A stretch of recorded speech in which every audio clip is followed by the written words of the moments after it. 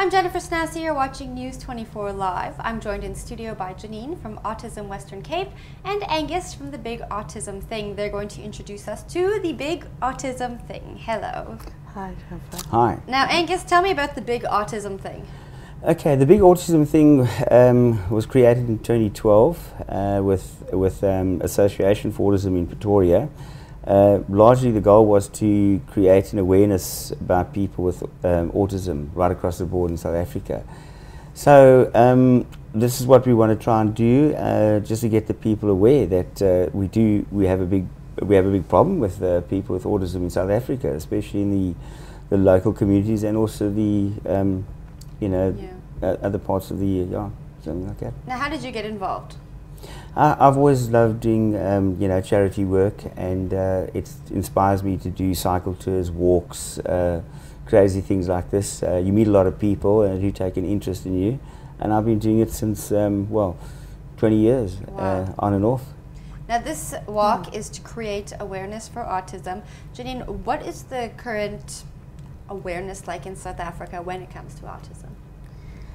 Very bad. The general public doesn't seem to know what autism is, and if they sometimes I'll phone people and I'll say I work for Autism Western Cape, and then they'll ask me how to spell autism, and wow. The general public, if they have any knowledge of it, it's very basic, and so this is an absolutely awesome thing that Angus and his team are doing, because we need to do everything we can to get awareness out there. I want to talk about what exactly autism is in just a moment, but Angus, tell us more about the walk. Where are you walking to? When are you starting? Well, how are you going to raise awareness? Okay, great. So we're starting in Port Shepstone. Mm-hmm. We've got a lady by the name of Cheryl. She runs the Cornerstone Learning Centre, where a whole lot of kids are going to come out from the rural areas to support the walkers as they move on, as they start out, with the mayor and press and other dignitaries there. And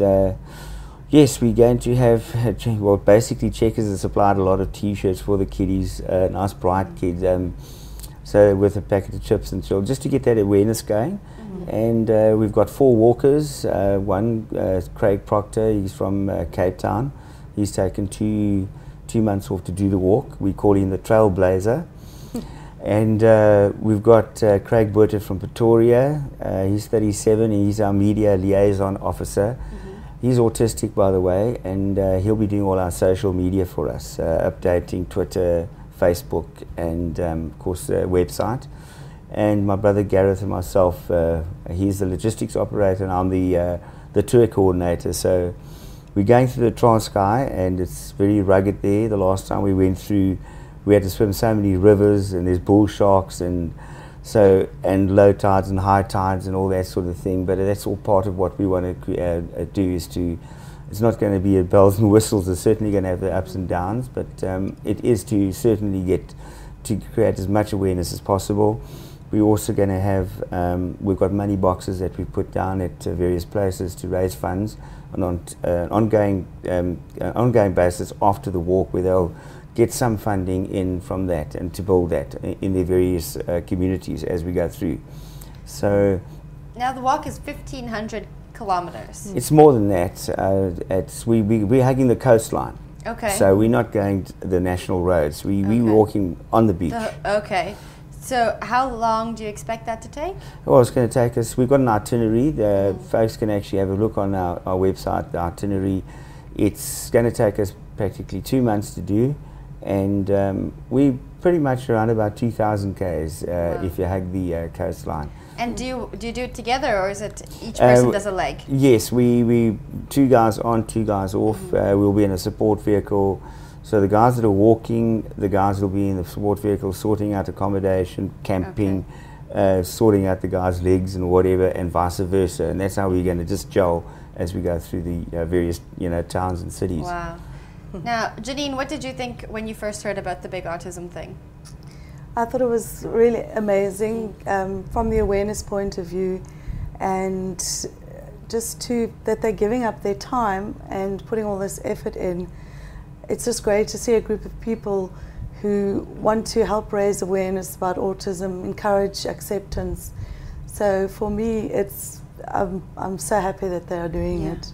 Now tell me about the reception you get when you're walking. I mean, it started in 2012. What kind of feedback have you received from the general public? Well, plenty. Also, you have to, all the people that supported us with accommodation on the way down have all come back to support us again. The funny thing, time goes so fast that they all thought we did it last year. I mean, they said, yes, we were here last year. And I said, no, 3 years ago.